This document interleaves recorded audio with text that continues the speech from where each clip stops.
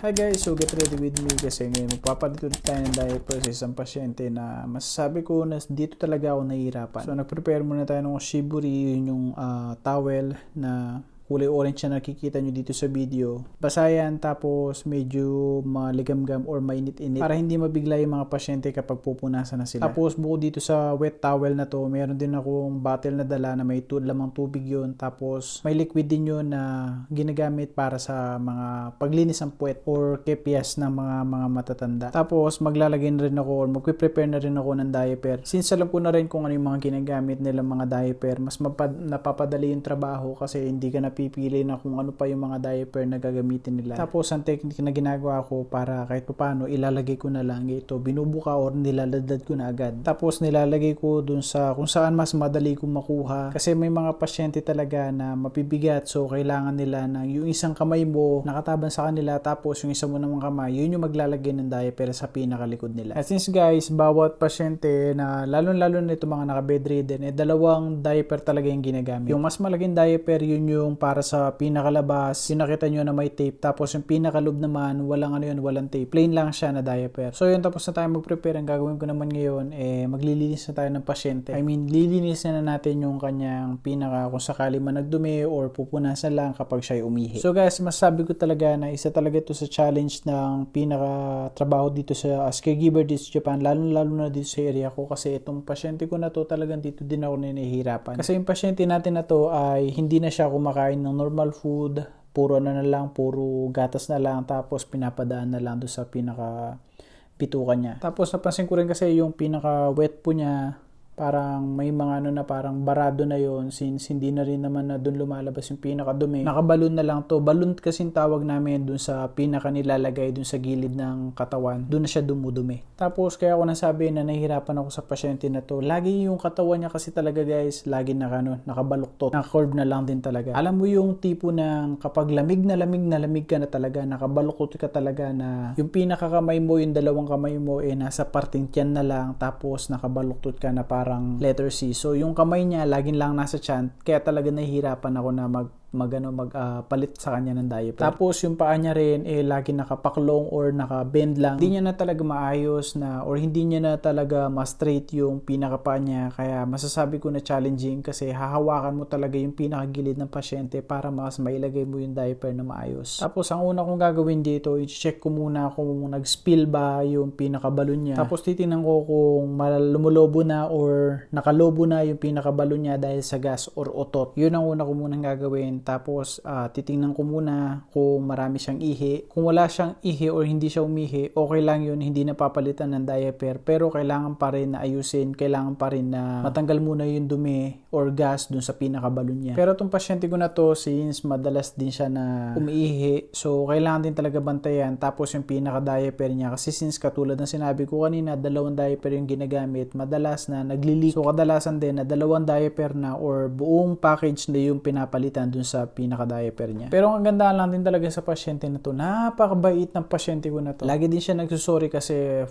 siguro pakiramdam niya na tumatagal yung oras sa kanya or dahil dun sa sitwasyon niya siguro nahihiya din siya. Pero masabi ko guys na napakabait talaga ng pasyente ko nito, kaya sabi ko sa sarili ko na kahit anong pagod okay lang, kahit na masakit sa balakang, kahit na medyo mahirap yung sitwasyon niya since lagi lang siya naka-curve, okay lang kasi masasabi ko na isa talaga sa nagpapagaan ng loob ng isang worker kapag ganito yung mga pasyente natin na napakabait talaga. At syempre naawa na rin ako dun sa sitwasyon niya kasi lagi siyang nilalamig, tapos ayun, lagi din siya nakabaluktot. At syempre hindi na din siya kumakain ng normal food, so hindi man niya masabi pero nararamdaman ko sa kanya na parang gusto niya na kumain ng normal food, pero dahil sa sitwasyon niya hindi na din siya talaga pwede at hindi na rin siya nakakausap or hindi na rin siya nagkikipag-usap sa mga kapwa niya na pasyente. Kadalasan mga worker, yung mga nag-aasikaso lang sa kanya, yung mga nakakausap niya. Or kadalasan naman ako, lalo na kapag ako ay nakatoka dito sa area na to, lalo na din kapag ako yung